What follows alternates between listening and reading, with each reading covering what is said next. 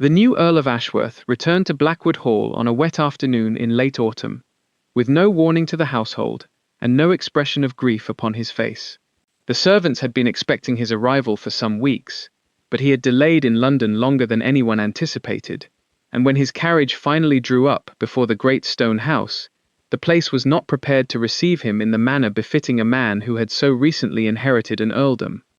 The staff gathered in the entrance hall in hurried, uneven lines, their black armbands hastily tied, and their faces carefully arranged into expressions of respectful sorrow. Mrs. Graham, the housekeeper, stood at the front, her hands clasped tightly before her, her mouth pressed into a thin line of nervous anticipation. She had served the Ashworth family for more than 30 years, and she had known the new Earl since he was a boy in short coats, but the man who walked through the door was not the boy she remembered.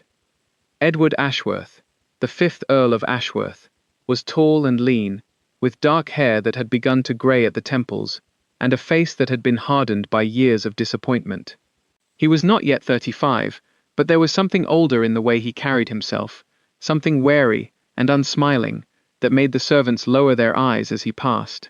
He removed his gloves slowly, handed them to the footman without looking at him, and surveyed the assembled household with an expression that revealed nothing. "Mrs. Graham," he said, and his voice was low and cool, "I trust the staff has been informed of the late Earl's passing." "They have, my lord," Mrs. Graham replied, dropping into a careful curtsy. "We received word from London some days ago. The household has been in mourning since." "And my sister?" "Lady Catherine is in the drawing-room, my lord. She has been keeping to herself since the news arrived." Edward nodded once. "I will see her after I have settled in. Have the east wing prepared for me. I will not use my father's rooms." There was a pause, brief but noticeable, as Mrs. Graham absorbed the instruction. The late Earl had occupied the east wing for most of his life, and his son's refusal to take those rooms was, to the servants, a small but significant declaration. But no one questioned it. Edward moved past them without another word, his boots echoing on the marble floor as he climbed the wide staircase toward the private family apartments. The house swallowed him quickly, the familiar shadows of his childhood closing around him like a cold embrace. Blackwood Hall had not changed in his absence. The same portraits stared down from the walls, the same heavy drapes blocked the autumn light, the same faint smell of wax and dust and damp wool lingered in the corridors. It was a house that had never learned to smile, and Edward had never expected it to. He had spent the better part of 12 years avoiding this place, and yet here he was, returning to claim a title he had never wanted, and a legacy he had spent his entire adult life trying to escape. His father was dead. The old Earl had finally succumbed to the wasting illness that had plagued his final years, and Edward had returned to Blackwood Hall to take up the burden of his birthright. There was no grief in him, not the clean, uncomplicated grief a son ought to feel for a father. There was only a dull, heavy sense of obligation, and beneath that, something darker that he did not care to examine too closely. He had not spoken to his father in nearly 5 years. Their last conversation had ended in shouting, in accusations that had never been withdrawn, in wounds that had never healed. And now the old man was dead, and Edward was left to sort through the ruins of a relationship that had been broken long before death had intervened. The east wing was cold when he entered, the fires unlit and the windows shuttered against the rain. Edward stood in the center of the room that had once been his own, looking at the familiar furniture that had been covered in dust sheets, and he felt nothing at all. He had expected to feel something, some stirring of emotion at the sight of his childhood home, but there was only emptiness, and the hollow sound of the wind rattling the glass. He was still standing there, still in his traveling coat, when he heard the soft knock at the door. He turned, and his sister stood in the doorway, her face pale and drawn, her dark hair pulled back severely from her face. Catherine was 3 years younger than Edward, but in that moment she looked older than her years, her eyes shadowed with grief and sleeplessness. "Edward," she said quietly, and her voice cracked on the word. "You came." He crossed the room and took her hands, drawing her inside. "Of course I came. I came as soon as I received word." "You waited in London." "There were matters to attend to. Legal matters, regarding the estate. I could not leave before they were settled." Catherine pulled her hands from his grasp and turned away, moving toward the shuttered window. Father asked for you, you know. In his final days. He asked for you every day, and you did not come. Edward felt the accusation strike him like a physical blow, but he did not flinch. I did not know he was asking for me. Your letters said only that he was ill, not that he was dying. Would it have made a difference? The question hung between them, heavy and unanswerable. Edward opened his mouth to respond, but the words would not come. The truth was that he did not know if it would have made a difference. He had spent so many years building a life away from this place, away from his father's influence and his father's disapproval, that he could not say with any certainty what he would have done if he had known the end was near. Catherine turned back to face him, and her eyes were bright with unshed tears. He wanted to make amends. He told me so, in his last weeks. He regretted the quarrel between you. He wanted to see you one last time, to set things right. Did he tell you what the quarrel was about? He said it was a private matter between the two of you. He would not speak of it further. Catherine studied his face, searching for something he was not willing to reveal. What happened between you, Edward? What could possibly have been so terrible that you would not see him before he died? Edward turned away from her, moving to the cold fireplace and resting his hand against the carved mantel. The question was a fair one, and he had no right to be angry with her for asking it, but the answer was not something he could give her, not now, perhaps not ever. The truth of what had happened between him and his father was buried too deeply, tangled in secrets that were not entirely his own to reveal. It does not matter now, he said quietly. He is gone, and there is nothing to be done about what happened between us. We should focus on the present. There are practical matters to attend to, decisions to be made about the estate. Catherine was silent for a long moment, and when she spoke again, her voice was softer, less accusatory. You cannot simply pretend that nothing happened, Edward. The past will not disappear merely because you refuse to speak of it. I am not pretending anything. I am simply choosing not to dwell on matters that cannot be changed. He heard her soft intake of breath, the familiar sound of his sister gathering her patience. You are as stubborn as ever, she said. Some things never change. Edward almost smiled at that, the first trace of warmth he had felt since entering the house. I could say the same of you. The tension between them eased slightly, though the weight of everything unsaid still hung heavy in the room. Catherine moved to join him at the fireplace, and for a long moment they stood together in silence, two siblings united by blood and divided by grief, each carrying wounds the other could not fully understand. I am glad you are home, Catherine said at last. Whatever else has happened, I am glad you are here. Edward nodded, though he was not entirely certain he was glad to be here himself. Blackwood Hall had never felt like home to him, not really. It had always been a place of obligation, of expectation, of the weight of a family legacy that pressed down upon him like a physical burden. He had spent his entire adult life trying to escape it, and now he had returned to claim it, and he could not shake the feeling that he had walked into a trap of his own making. But he said nothing of this to Catherine. Instead, he asked after the household, after the servants, after the condition of the estate. They spoke of practical matters, of the repairs that were needed to the west wing roof, of the tenants who were struggling with a poor harvest, of the legal documents that required his signature. It was easier to talk of these things than to talk of their father, and Edward was grateful for the distraction. It was not until much later, after Catherine had retired to her rooms and the house had settled into the uneasy quiet of evening, that Edward found himself standing before the window of his own chamber, staring out at the rain-swept grounds and thinking of the woman he had left behind in London. He had not thought of her in years, not consciously, but the moment he had crossed the threshold of Blackwood Hall, the memories had come flooding back like water through a broken dam. Her face rose unbidden in his mind, clear and sharp despite the passage of time, and with it came the familiar ache of loss and betrayal that he had never quite managed to bury. Eleanor. Even now, the mere thought of her name was enough to stir something dark and painful in the depths of his chest. He had loved her once, with a fervor that had bordered on desperation, and he had believed, foolishly, that she loved him in return.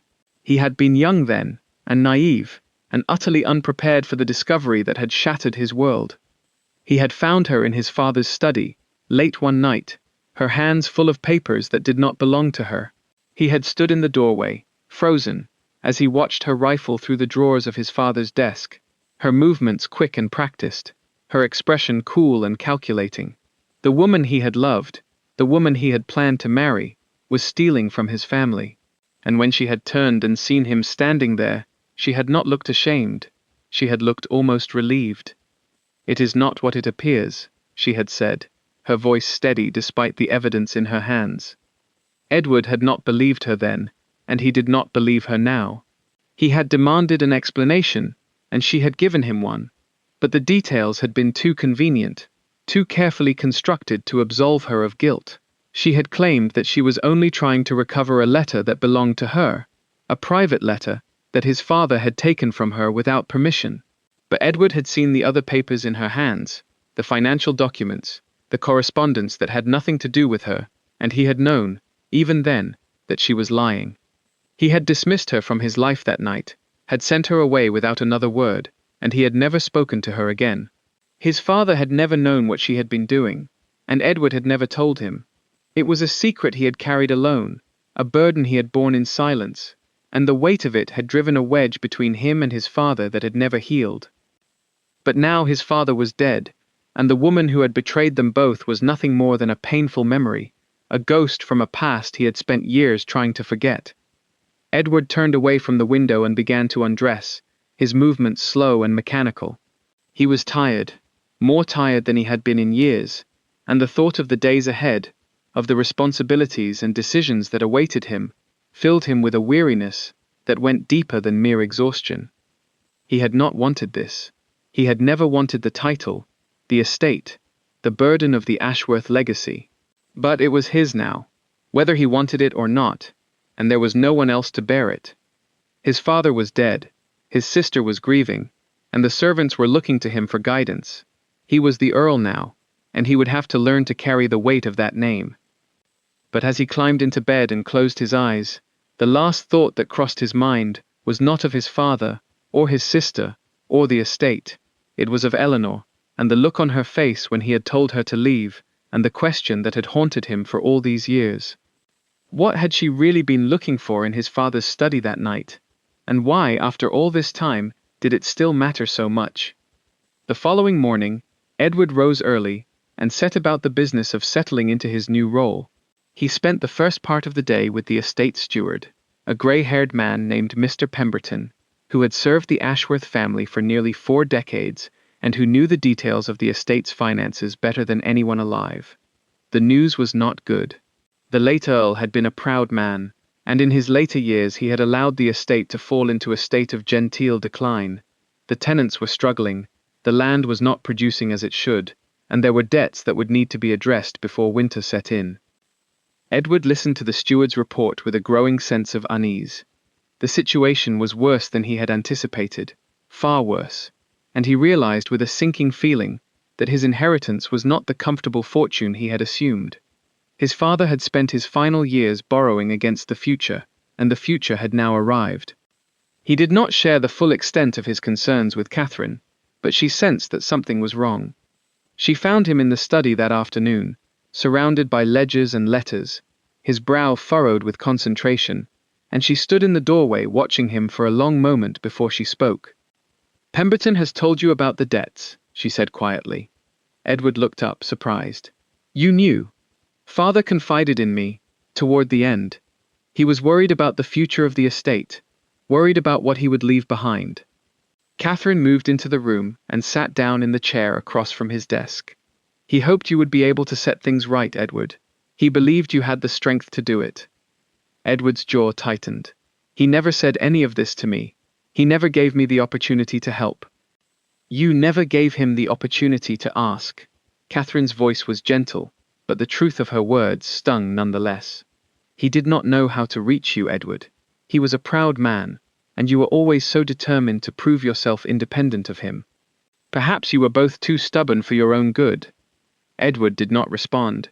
He did not trust himself to speak of his father without saying things he would later regret.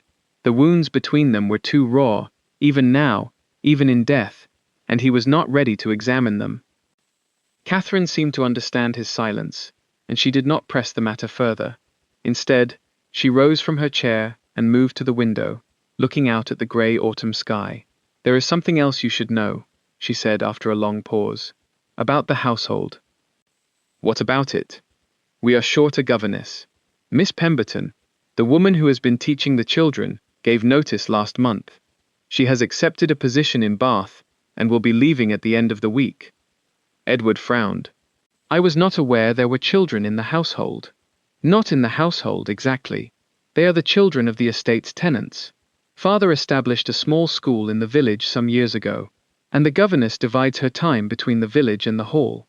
She also assists with correspondence and other light duties." Catherine hesitated. "I thought perhaps you might know of someone suitable to replace her." The question hung in the air, and Edward felt a prickle of unease at the back of his neck. He did not know why, but something about the request made him uncomfortable. "I have been away from the district for many years, Catherine. I am not acquainted with the local governesses." "Of course." Catherine nodded slowly. "I will write to an agency in London. It may take some time to find the right person." Edward was about to respond when there was a knock at the study door. The footman entered, carrying a silver tray with a letter upon it. "This arrived for you, my lord. It was delivered by messenger this morning." Edward took the letter and broke the seal, scanning the contents quickly. His expression darkened as he read, and when he looked up, Catherine was watching him with open curiosity. "What is it?" she asked. "It is from a firm of solicitors in London," Edward said slowly. "They write to inform me that a claim has been filed against the estate. A woman named Mrs. Eleanor Kendall is petitioning the courts for a sum of money she says was owed to her by the late Earl." Catherine's eyes widened. "Eleanor Kendall? I do not recognize the name. What is her claim?" Edward felt the blood drain from his face as he read the letter again. The name was not familiar to him, but he knew with a sudden, sickening certainty that the woman behind it was. Eleanor Kendall was the name Eleanor had taken after she had left Blackwood Hall all those years ago. And now, after more than a decade, she had returned to make a claim against his family. He crumpled the letter in his hand and met his sister's gaze. "I know her," he said quietly. "I knew her once, a long time ago, and I think it is time I told you what really happened between father and me." The story he told Catherine that afternoon was one he had never told anyone. Not fully, not even himself. He spoke of his courtship of Eleanor, of the summer they had spent together at Blackwood Hall, of the plans they had made for a future that had never come to pass. He spoke of his love for her, his desperate, consuming love, and of the night he had discovered her in his father's study, surrounded by stolen documents. It was not merely a letter, he said, his voice rough with old pain. She had taken financial records, correspondence, things that could have destroyed this family if they had fallen into the wrong hands. I do not know what she intended to do with them, but I knew then that she had never loved me. She had used me to gain access to this house, to this family, and I had been too blind to see it. Catherine listened in silence, her face pale. "But you never told father." "I was ashamed. I had brought this woman into our home, had trusted her, had planned to make her my wife. I could not bear to admit to him what she had done, what I had allowed to happen. So I sent her away and told no one the truth. I let father believe that I had simply changed my mind about the marriage, and he never forgave me for it." The words came out in a rush, and when Edward fell silent, the only sound in the room was the soft crackle of the fire and the distant patter of rain against the windows. The weight of his confession hung between them, heavy and oppressive, and for a long moment neither of them spoke. Finally, Catherine drew a slow breath. "And now this woman is making a claim against the estate." Edward nodded. "It seems she has not finished with us yet. What will you do?" He looked down at the crumpled letter in his hand, his jaw set with grim determination. "I will find out what she wants, and I will put an end to it, once and for all." The days that followed were consumed by preparations for the journey to London. Edward wrote to the solicitors, requesting more information about the claim, and he spent long hours reviewing the estate's records, searching for any evidence of a debt owed to Eleanor Kendall. He found nothing, which did not surprise him. If Eleanor was making a claim against the estate, It was not because she was owed money, it was because she wanted something else, something she believed the late Earl had taken from her, and Edward was determined to discover what that something was. Catherine tried to persuade him to let her accompany him, but he refused. "This is a matter I must handle alone," he told her. "I will not have you drawn into it. She is making a claim against our family, Edward. That affects me as much as it affects you. She is making a claim against the late Earl, and whatever her true purpose, I will not allow her to harm you or anyone else in this household." Edward's voice was firm, leaving no room for argument. "I will go to London, and I will speak with the solicitors, and I will discover what it is that Eleanor Kendall truly wants." Catherine did not argue further, though her disapproval was evident in the set of her mouth and the coolness of her tone when she bade him farewell. Edward felt a twinge of guilt as he climbed into the carriage, but he pushed it aside. He was doing what he believed to be right, and he would not allow sentiment to interfere with his judgment. The journey to London took several days, and Edward spent most of it staring out the carriage window, his thoughts churning with memories he had tried for years to suppress. He thought of Eleanor as she had been when he first met her, young and lovely and full of a quiet intelligence that had drawn him to her like a moth to flame. He had been a different man then, idealistic and eager, unburdened by the cynicism that had come to define his later years. He had believed that love could conquer all, that he and Eleanor could build a life together despite the differences in their stations, despite the disapproval of his father and the whispers of society. He had been a fool. The anger that rose in his chest at the memory was familiar now, an old wound that had never quite healed. He had loved her, and she had betrayed him, and the pain of that betrayal had colored everything that came after. He had never allowed himself to love again, never allowed himself to trust another woman the way he had trusted her. He had closed himself off, built walls around his heart, and in doing so, he had lost something essential, something he was not sure he could ever recover. But now she was back, a ghost from his past returned to haunt him, and Edward knew that he would have to confront her. He would have to look into her eyes and demand the truth, no matter how much it hurt. And he would have to do it without letting her see how deeply she had wounded him, without giving her the satisfaction of knowing that she still had power over him. By the time the carriage reached the outskirts of London, Edward had steeled himself for the confrontation to come. He had rehearsed what he would say, had planned his questions and his responses, had prepared himself for every possible scenario. He was ready, or so he told himself. The offices of Messrs. Whitfield and Crane were located in a narrow street off the Strand, in a building that had seen better days, but still retained an air of faded respectability. Edward presented his card to the clerk and was shown into a small, cluttered office, where a middle-aged man with a thin, worried face rose to greet him. "Lord Ashworth," the man said, bowing. "I am Theodore Whitfield. I am honored by your visit, though I regret that the circumstances are not more pleasant." Edward took the proffered chair and fixed the solicitor with a level gaze. "I received your letter regarding a claim against the estate of my late father. I have come to learn the details of this claim and the identity of the woman making it." Whitfield nodded, his expression carefully neutral. "The claim has been filed by a Mrs. Eleanor Kendall, who states that she was employed by the late Earl as a governess some years ago, and that she was dismissed without notice or compensation." Edward felt a jolt of surprise at the words. "A governess? Eleanor Kendall claims to have been employed by my father?" "Indeed, my lord. Her petition states that she served in the household for a period of several months, and was dismissed abruptly, without the wages owed to her, and without the reference she had been promised. She is seeking compensation for lost income and damage to her professional reputation."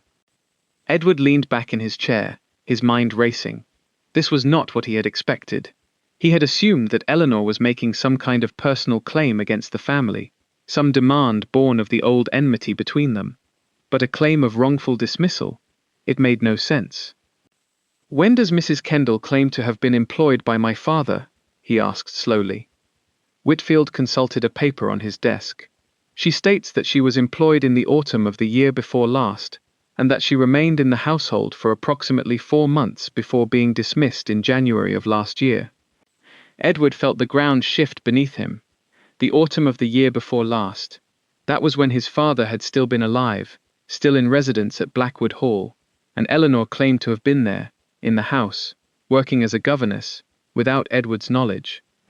He had not been to Blackwood Hall in years. He had been in London, or travelling, or attending to his own affairs.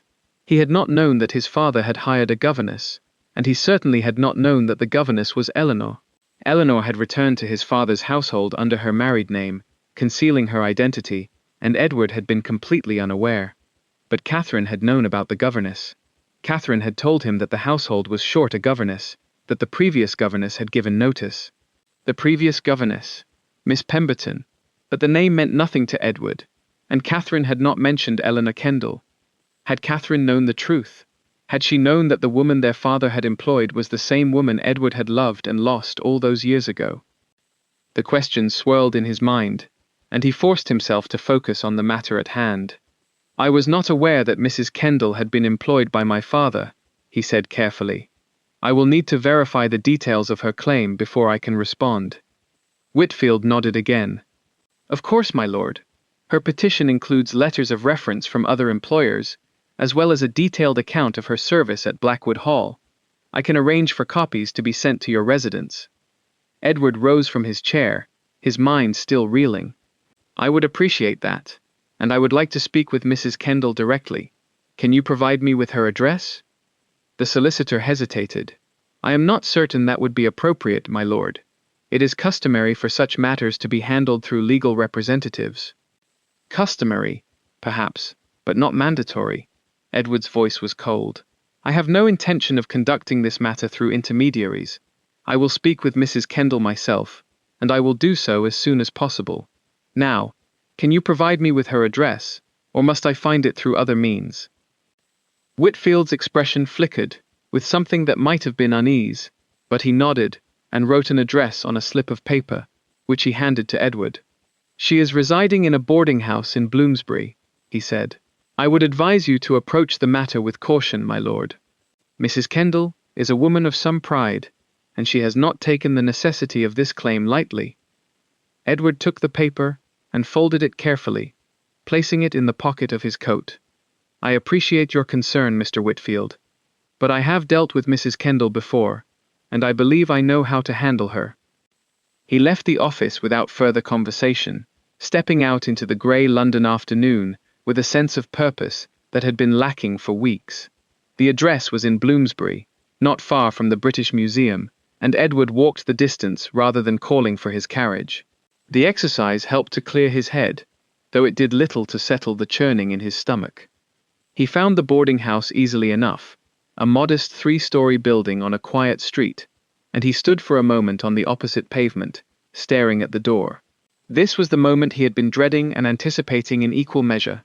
The moment when he would finally come face to face with the woman who had haunted his dreams for more than a decade. And yet now that it was here, he found himself hesitating. What would he say to her? What could he possibly say after all these years? The question had no answer, and Edward knew that standing here staring at the door would not provide one. He took a deep breath, squared his shoulders, and crossed the street. The landlady who answered his knock was a stout, red-faced woman, with a suspicious expression, and a voice that grated like gravel. She looked him up and down, taking in his fine clothes and his polished boots, and her manner shifted from suspicion to wary obsequiousness. "I am looking for Mrs. Eleanor Kendall," Edward said, his voice firm. "I was told she lodges here." The landlady's eyes narrowed. "And who might you be, sir?" "An old acquaintance of hers. I have matters of business to discuss with her." The woman hesitated, clearly torn between her natural curiosity and her instinct to protect her tenant. Finally, she nodded and stepped back, gesturing toward the stairs. "She's in the first-floor front room, but if she doesn't wish to see you, I'll not be held responsible." Edward inclined his head in acknowledgement and climbed the narrow stairs, his heart pounding in his chest. The hallway was dim and smelled of cabbage and floor polish, and the sound of his footsteps seemed unnaturally loud in the silence. He reached the door of the first-floor front room and paused, his hand raised to knock. Through the door, he could hear the soft sound of a child's voice, high and clear, asking a question in words he could not quite make out. The sound made him freeze, his hand suspended in mid-air. A child. Eleanor had a child. The implications of that realization struck him with the force of a physical blow, and for a moment he could not breathe. He had not known she had married, had not known she had a child, had not known anything about her life since the night he had sent her away. And now, standing here in this dim hallway, he was suddenly uncertain of everything he had believed. He lowered his hands slowly, his mind racing. The child's voice continued, bright and chattering, followed by a woman's low, soothing reply. Eleanor's voice. He would have recognized it anywhere, even after all these years, and the sound of it sent a shiver down his spine. He stood there for a long moment, listening to the murmur of voices through the door, trying to gather his scattered thoughts. He had come here to confront her, to demand answers, to put an end to the claim she had made against his family. But now, faced with the reality of her existence, with the evidence of a life he had known nothing about, he found himself paralyzed. The child laughed, a bright, joyful sound that cut through the dim hallway like sunlight through clouds, and Edward felt something shift inside him, some old wound reopening, in a way he had not expected. He had spent years trying to forget Eleanor, trying to convince himself that she had meant nothing to him, that the love he had felt for her was nothing more than a youthful folly. But standing here now, listening to her voice and the voice of her child, he knew that he had been lying to himself. She had meant something to him. She had meant everything, and the pain of losing her had never truly healed. He turned away from the door abruptly, unable to face her. Not now, not like this. He stumbled down the stairs, past the startled landlady, and out into the cold London afternoon, where he stood on the pavement, gasping for breath, his hands trembling. He was the Earl of Ashworth. He was a man of power and position and wealth, a man who had faced down adversaries far more dangerous than a former governess in a Bloomsbury boarding house. And yet he had fled from that door like a coward, unable to summon the courage to face the woman he had once loved. He stood there for a long time, watching the grey clouds drift across the sky, trying to make sense of the emotions that churned inside him. The anger was still there, the old bitterness and resentment, but beneath it was something else, something softer and more painful that he had not felt in years.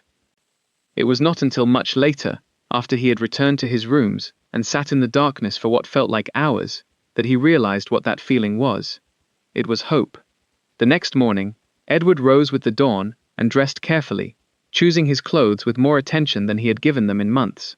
He told himself that he was merely being practical, that it was important to present a dignified appearance when dealing with a legal adversary, but the truth was that he wanted to look his best, wanted to walk into that boarding house with his head held high and his shoulders straight, wanted Eleanor to see the man he had become and know that she had not broken him. The walk to Bloomsbury was shorter than he remembered, or perhaps he was simply moving faster, driven by a restless energy that would not let him slow down. He reached the boarding house just as the church bells struck 9, and this time he did not hesitate at the door. He knocked firmly, and when the landlady appeared, he inclined his head in the manner of one who expects to be admitted without question. "I called yesterday afternoon," he said. "I have come to speak with Mrs. Kendall." The landlady regarded him with open curiosity, but something in his manner seemed to convince her that he was not to be turned away. She led him up the stairs again, her steps heavy on the worn carpet, and when they reached the first-floor landing, she nodded toward the door. "She's in with the child," the woman said. "I'll announce you." She knocked at the door, and there was a moment of silence before Eleanor's voice called out, "Who is it?" "Gentleman to see you, Mrs. Kendall," the landlady replied. "Says he's an old acquaintance." There was a pause, brief but charged, and Edward could feel his heart beating against his ribs. Then the door opened, and Eleanor stood before him. She was older, of course. The years had left their mark upon her face, faint lines around her eyes and mouth that had not been there before. Her hair, once a rich chestnut brown, was now streaked with grey at the temples, and her figure had softened with age and motherhood. But her eyes were the same deep, dark brown that he remembered, and when she looked at him, he saw a flicker of recognition that quickly gave way to shock, and then to something that might have been fear. "Edward," she breathed, and the sound of his name on her lips was like a knife to his heart. He bowed slightly, struggling to maintain his composure. "Mrs. Kendall, I wonder if I might have a few moments of your time. There are matters we need to discuss."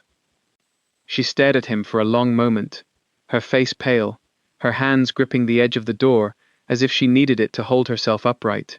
Then she glanced back over her shoulder, toward the room behind her, and when she turned to face him again, her expression had hardened into something guarded and wary. "My daughter is here," she said quietly. "I will not speak of such matters in front of her." "I did not ask you to."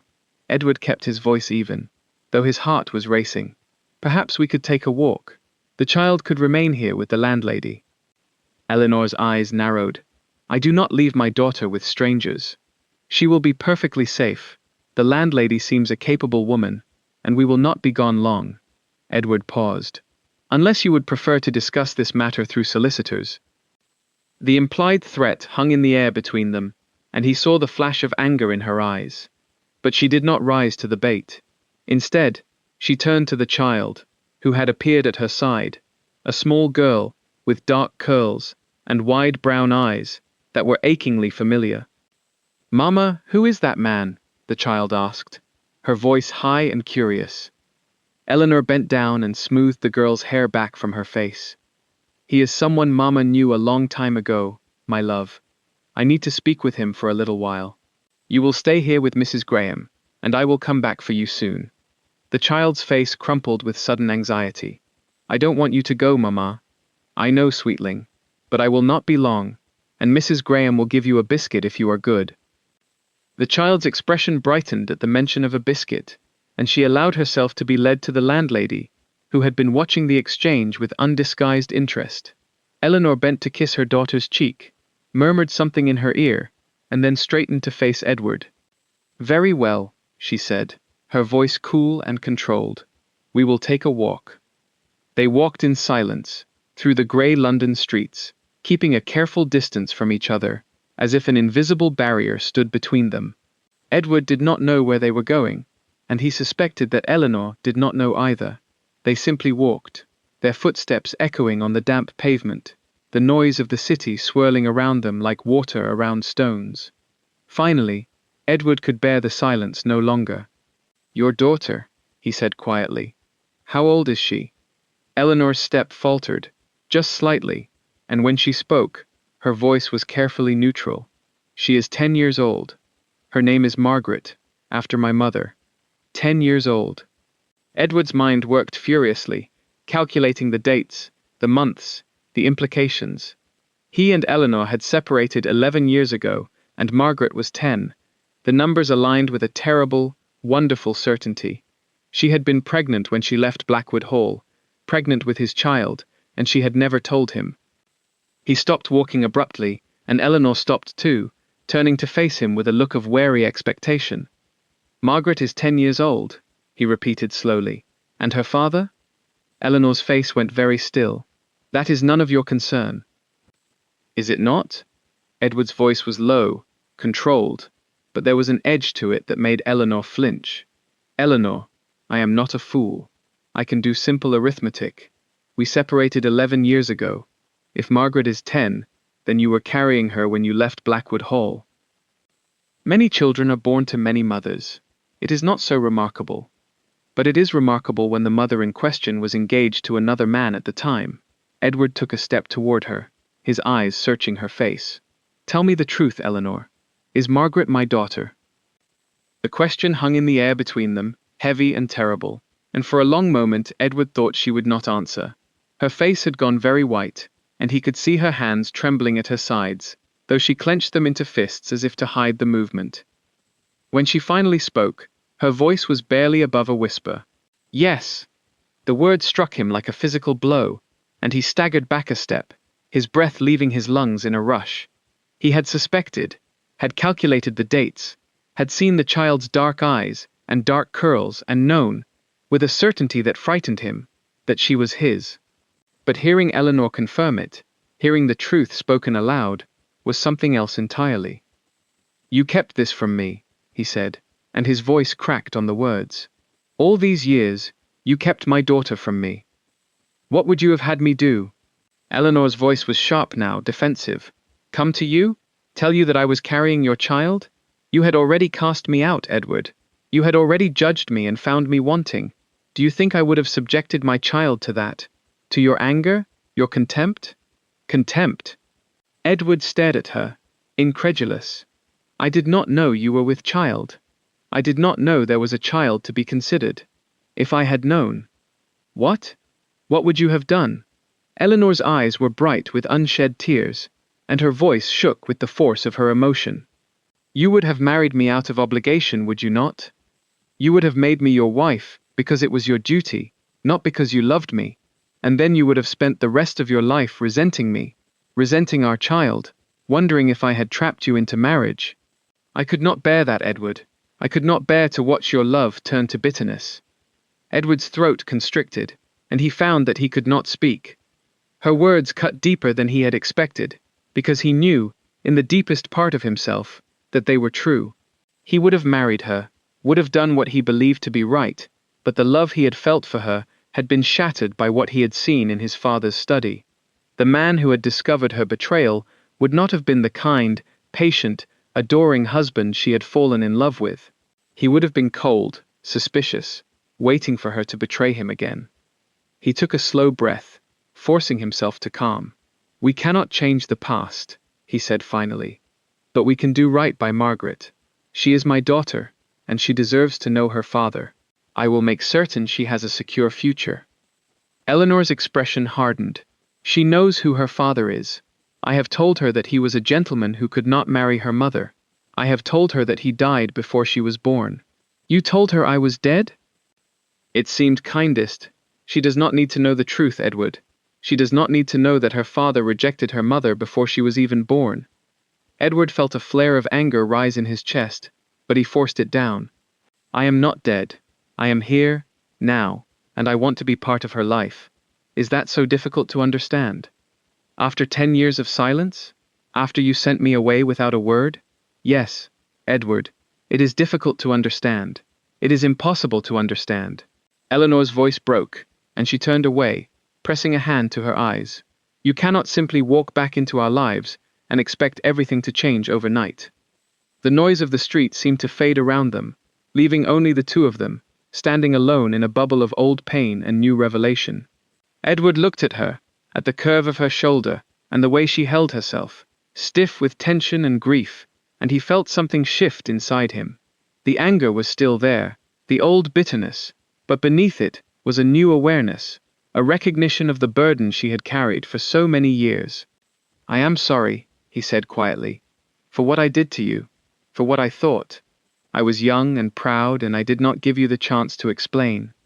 Eleanor lowered her hand and turned to face him, her eyes red-rimmed but steady. What would you have believed if I had explained? That I was not stealing from your father? That I was not using you to gain access to your family's secrets? I do not know. Edward shook his head. I do not know what I would have believed, but I should have listened. I should have given you the opportunity to defend yourself. The truth was too complicated, Eleanor said softly, and I was too frightened to tell it. Edward frowned. Frightened? What do you mean? Eleanor hesitated, and for a moment, he thought she would refuse to answer. But then she drew a slow breath and squared her shoulders, and when she spoke, her voice was steady. Your father was not the man you believed him to be, Edward. He was not simply a proud, stubborn old aristocrat who disapproved of his son's choice of bride. He was something darker, something I did not understand until it was too late. The words sent a chill down Edward's spine. What are you saying? I am saying that your father knew something about my family, something he used against me to force me to leave Blackwood Hall. Eleanor's voice dropped to a whisper, and she looked around as if to ensure no one was listening. He knew a secret that would have destroyed my family if it had been revealed, and he threatened to reveal it unless I left you and never returned. Edward stared at her, his mind reeling. That is a serious accusation. What secret could my father possibly have known about your family? Eleanor's face was very pale, and her hands were trembling again. I cannot tell you, not here, not now, but I can tell you that it was enough to make me do what I did. It was enough to make me flee the man I loved and raise his child alone.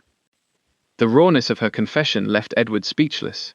He wanted to believe her, wanted to accept that there had been reasons for her betrayal beyond mere greed or deception.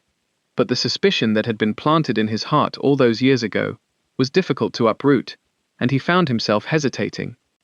"If what you say is true," he said slowly, "then why have you come forward now? Why make a claim against the estate?" Eleanor's eyes dropped, and her voice was very quiet. "Because I had no choice. After your father died, the payments stopped." Payments? He had been supporting us, Edward, quietly, through his solicitors. It was part of the arrangement we made when I left. He would provide for Margaret and me, and I would keep silent about what I knew. The payments had never been generosity. They had been the price of my silence. But when he died, the payments stopped, and I had no other means of support. The truth of her situation hit Edward like a wave, and he understood now why she had filed the claim. It was not about revenge or greed. It was about survival. She had been depending on his father's money, and now that the old Earl was dead, she had been left with nothing. "When did the payments stop?" he asked. "Several months ago, after your father's death. I wrote to his solicitors, asking for an explanation, but they did not reply. I wrote again, and still nothing. Finally, I had no choice but to seek legal recourse." Eleanor's voice was bitter. "I did not want to do this, Edward. I did not want to drag you or your family into this. But I have a daughter to support, and I will do whatever is necessary to ensure her future." Edward's mind was racing, piecing together the fragments of information she had given him. His father had been paying her to keep silent, had known about the child, had known that Margaret was his granddaughter, and yet he had never told Edward, never given him the opportunity to know his own daughter. The betrayal cut deep, deeper than he had expected. His father had not only driven Eleanor away, he had also kept Edward's child from him, had bought silence with money and threats, had lied to his own son for more than a decade. "Why did he do it?" Edward asked, his voice rough. "Why did he want to keep us apart?" Eleanor shook her head slowly. "I do not know. Perhaps he believed I was not worthy of you. Perhaps he believed the secret I carried would bring shame upon your family. Or perhaps he simply could not bear the thought of losing control over you." She paused, and when she spoke again, her voice was soft and sad. "Your father was a complicated man, Edward. He loved you, in his own way, but his love was twisted by pride and fear. He could not see that he was hurting you by pushing me away." The words were meant to comfort, but they only deepened Edward's sense of loss. His father was dead now, and there would be no opportunity to confront him, to demand answers, to understand why he had done what he did. All that remained was the wreckage of the choices he had made, and the knowledge that the woman he had loved, the woman he might have married, had been driven away by his own family. He looked at Eleanor, standing there in the grey London light, her face pale and tired, and still beautiful despite the years, and he felt the weight of everything he had lost pressing down upon him. The anger and resentment that had fueled him for so long were fading, replaced by a grief that was almost unbearable. "I want to know my daughter," he said quietly. "Whatever else has happened, I want to know Margaret." Eleanor studied him for a long moment, her expression unreadable. Then she nodded slowly. "I will not keep her from you, Edward. She deserves to know her father. But I ask that you go slowly. She has believed her entire life that you are dead. This will be a shock to her, and I will not have her hurt. I understand. We will do this carefully, for her sake." Edward paused, then added, "And for yours." Eleanor's lips curved in a faint, sad smile. "I am not sure there is anything left of me to protect, but I appreciate the sentiment." They stood there in the street, two people who had once been in love, separated by years of secrets and misunderstandings, and the machinations of a dead man. The road ahead was uncertain, fraught with complications and old wounds that might never fully heal. But for the first time in a very long time, Edward felt a glimmer of hope. He had found her again, and he had found the daughter he never knew he had. And whatever came next, he was determined not to lose them again. The following weeks were among the strangest of Edward's life. He remained in London, taking rooms in a hotel not far from Bloomsbury, and he began the slow, delicate process of building a relationship with his daughter. At first, Eleanor insisted that he and Margaret meet only in public places, in parks and tea shops and quiet corners of the British Museum, where the child would not feel overwhelmed by the intimacy of a private home. Edward agreed to these terms without complaint, though he found the formality of these meetings frustrating. He wanted to know his daughter, wanted to sit with her and talk with her and learn everything about her, but he understood that such things could not be rushed. Margaret was a quiet child, wary of strangers and fiercely attached to her mother. She regarded Edward with suspicion at first, her dark eyes watchful and assessing, and she answered his questions with monosyllables that gave little away. But gradually, as the days passed and their meetings became more frequent, she began to warm to him. She laughed at his jokes, asked him questions about his life, and even allowed him to buy her a small toy from a shop near the museum. "Why did you come back?" she asked him one afternoon, as they sat on a bench in the park, feeding crumbs to the pigeons. "Mama said you were dead, but you're not dead. Why did you go away?" Edward's heart clenched at the question, and he chose his words carefully. "I did not know you existed, Margaret. If I had known, I would have come back long ago." "Why didn't Mama tell you?" "That is a complicated question, and I am not sure I know the answer myself." Edward hesitated. "But I am here now, and I want to be part of your life. I want to know you, and I want you to know me.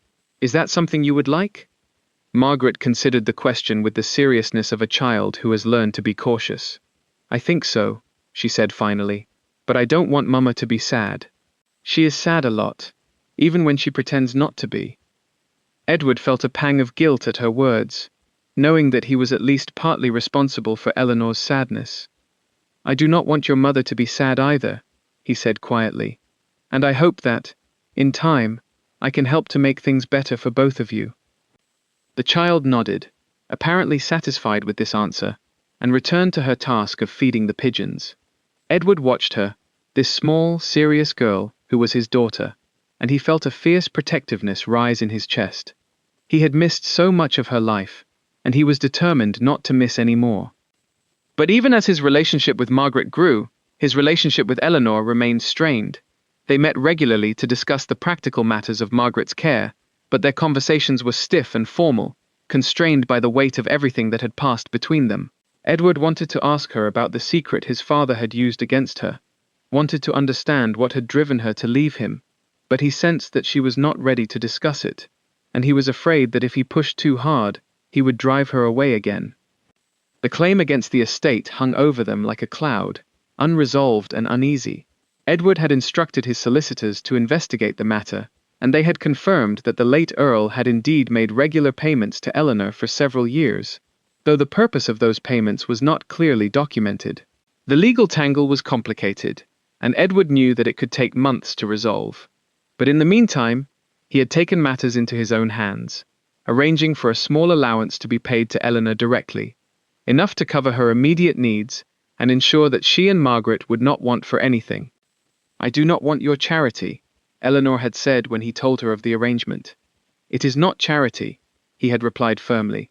"It is my duty as Margaret's father, and it is my duty as a man who once loved you very much."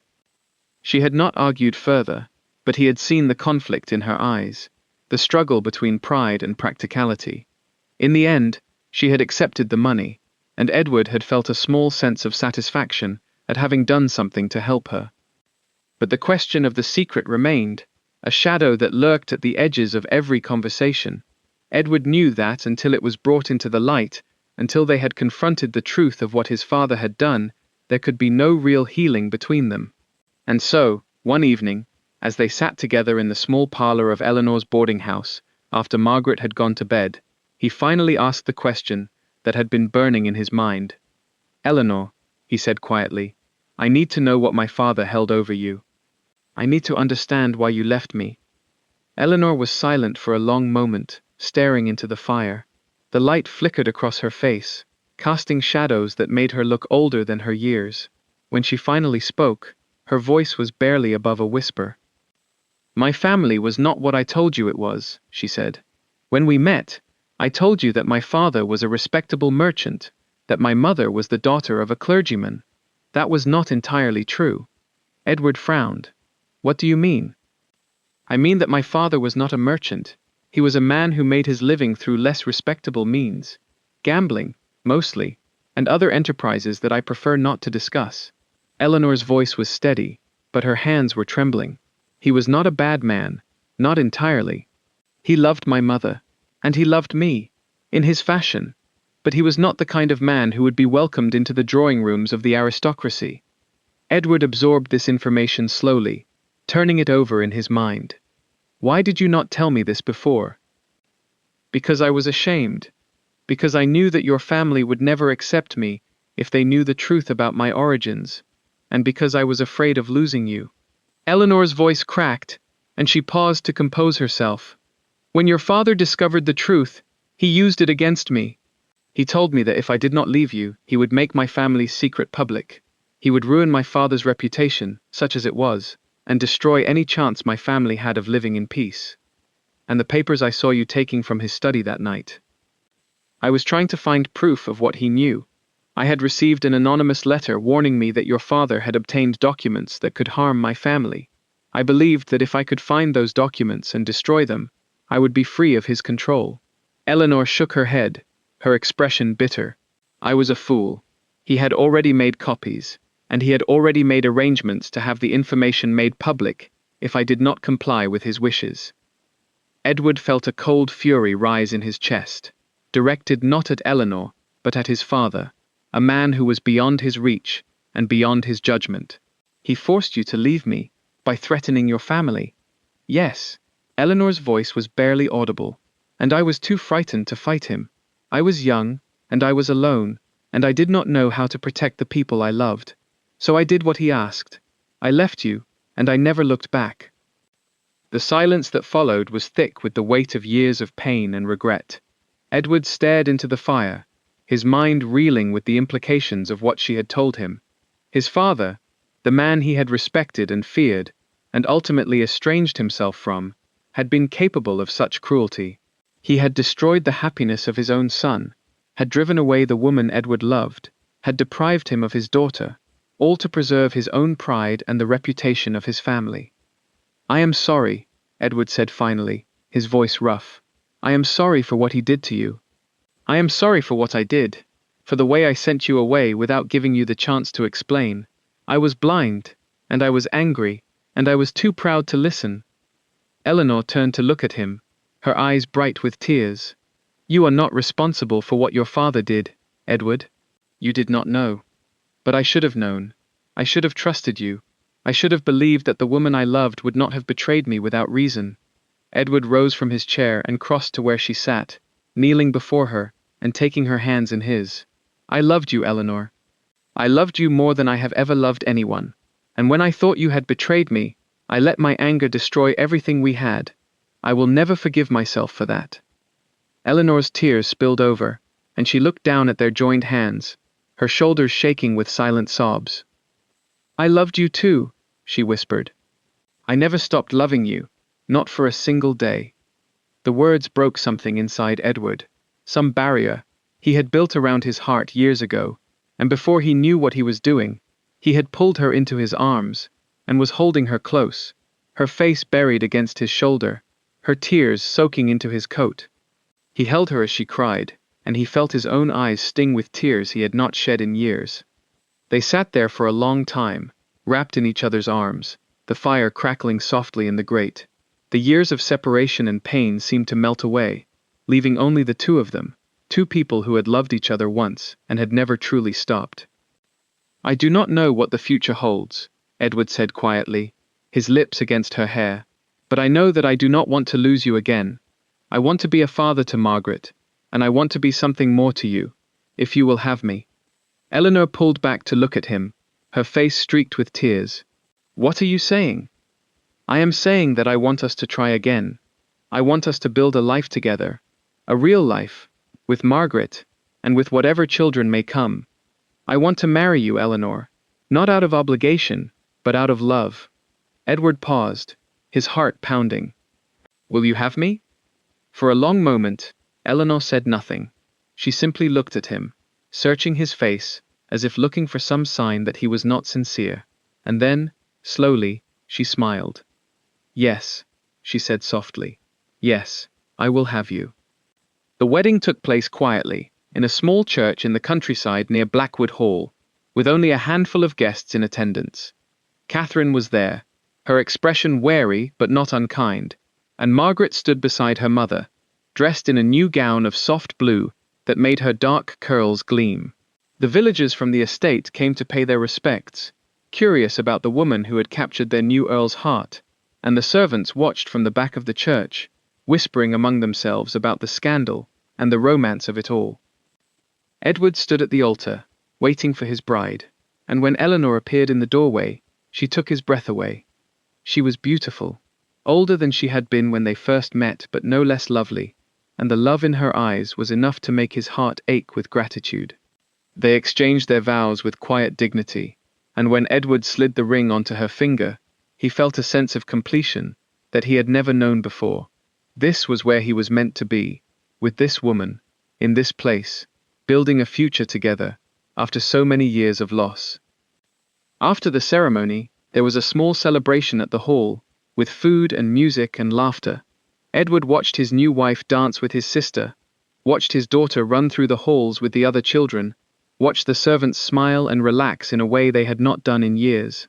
The weight of the past was beginning to lift, and in its place was a new lightness, a sense of possibility that had been missing from his life for far too long. But even in the midst of his happiness, Edward knew that there were still shadows to be faced. The secret of Eleanor's family, the secret his father had used against her, was still out there, a weapon that could be used against them if it fell into the wrong hands. And there was the question of the claim against the estate, which had not yet been formally resolved. He discussed these matters with Eleanor in the quiet hours of the night, when the house was still, and they could speak freely without fear of being overheard. "I want to ensure that you and Margaret are protected," he told her. "Whatever my father knew, whatever he held over you, I want it buried for good, and I will make arrangements with the solicitors to withdraw the claim and establish a proper settlement for you and Margaret." Eleanor nodded, her face serious. "I have thought about this often. The documents your father obtained are still somewhere in this house, I believe. He would not have destroyed them, not when they could still be useful to him. Then we must find them. We must find them and destroy them ourselves, before they can be used against us." The search took several weeks. Edward and Eleanor combed through the old Earl's private papers, the locked drawers and hidden compartments of his study, the letters and ledgers that had been left untouched since his death. They worked in secret, careful not to alert the servants or raise suspicions, and gradually they began to piece together the story of what the old Earl had known. The documents were hidden in a false bottom of a drawer in the study, wrapped in oilcloth and tied with a black ribbon. When Edward opened them, he found letters, contracts, and financial records that detailed the activities of Eleanor's father in damning detail. The man had been involved in enterprises that were not merely disreputable, but criminal, and the evidence was more than enough to ruin him and his family. Edward read through the documents with a growing sense of horror, understanding now why Eleanor had been so desperate to keep the secret from coming to light. If these papers had been made public, her father would have faced prosecution, and Eleanor's own reputation would have been destroyed by association. But the papers also revealed something else, something Edward had not expected. Among the records of her father's crimes was a letter, written in Eleanor's own hand, that seemed to implicate her in one of his schemes. It was a forgery, Edward realized after studying it closely, a clever imitation, designed to make it appear that she had been complicit in her father's wrongdoing. But the forgery was convincing enough that it could have been used to destroy her if it had ever been made public. "Your father was thorough," Eleanor said quietly, when Edward showed her the letter. "He wanted to be certain that I would never be able to return, never be able to challenge his control over you, and over the family." Edward's jaw tightened. He wanted to ensure that you would always be afraid of him, that you would never tell me the truth. I was afraid. For years I was afraid. Even after he died, I was afraid that someone would find those papers and use them against me. Eleanor's voice was steady now, but there was a shadow of the old fear in her eyes.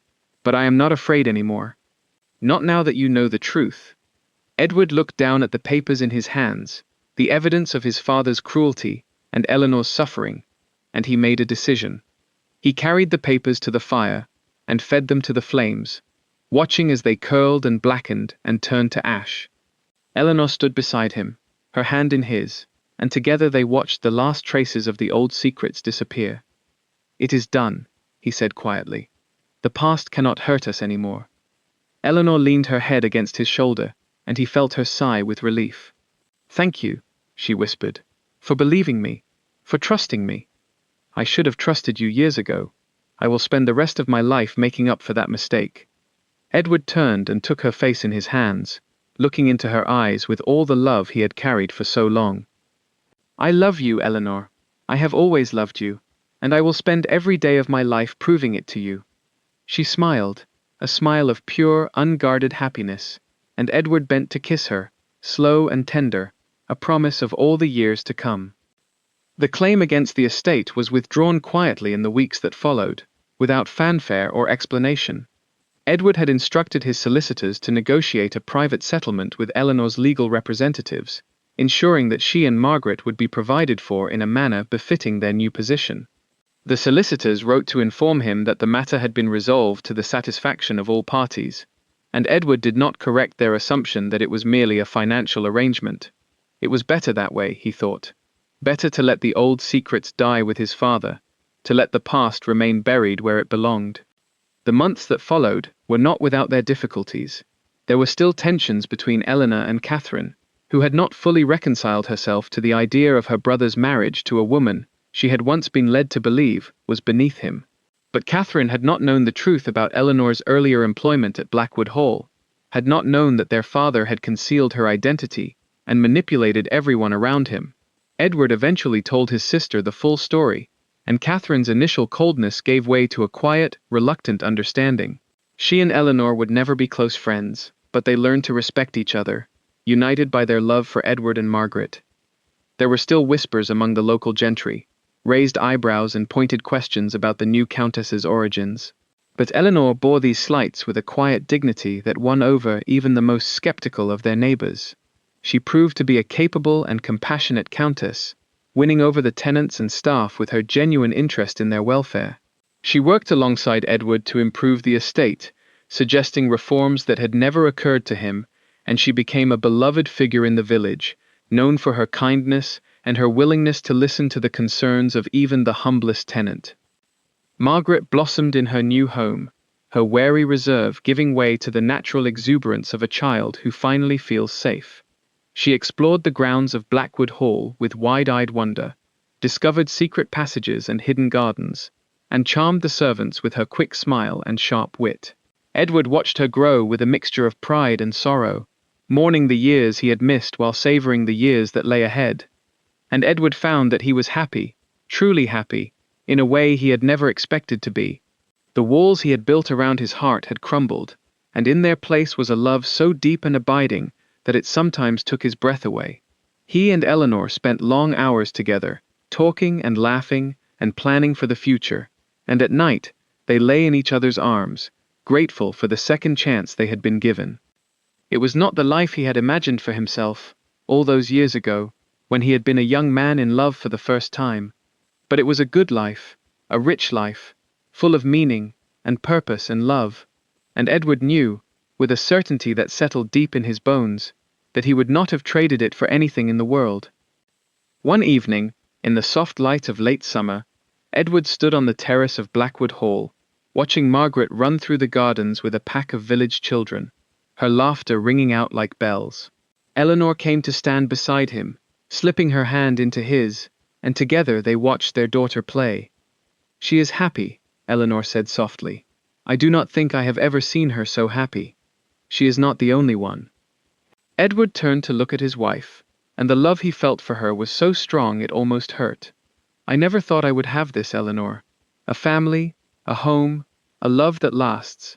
I had given up hope of ever finding it." Eleanor smiled, that same smile that had captured his heart so many years ago.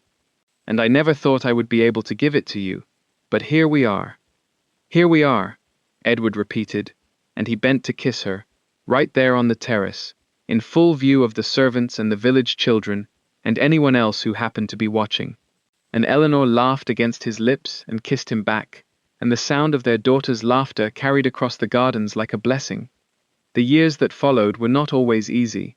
There were challenges and setbacks, arguments and misunderstandings, the ordinary trials of marriage and parenthood that every couple must face. But through it all, Edward and Eleanor held fast to each other, their love deepening with each passing year. They raised their daughter to be strong and kind and brave, and they welcomed other children in time, a son and another daughter, filling the halls of Blackwood Hall with noise and laughter and life. And when Edward looked back on his life, on all the pain and sorrow and loss that had come before, he understood that those things had been necessary to bring him to this moment, to this place, to this love. The past would always be a part of him, but it no longer held him captive. He had learned to forgive himself, and to forgive his father, and to embrace the future with an open heart. The old Earl was dead, and his secrets had died with him.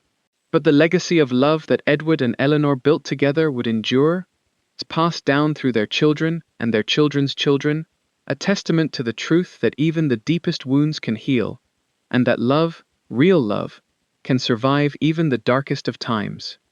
And in the end, that was enough. That was everything. And that is where our story ends. But now I want to hear from you. Do you believe Edward deserved Eleanor's forgiveness after all those years of silence? Or was the damage too deep to ever truly be repaired? And what about the late Earl? Was he simply a cruel and controlling father, or do you think there was a part of him that genuinely believed he was protecting the family name at any cost? Most importantly, imagine yourself in Eleanor's position.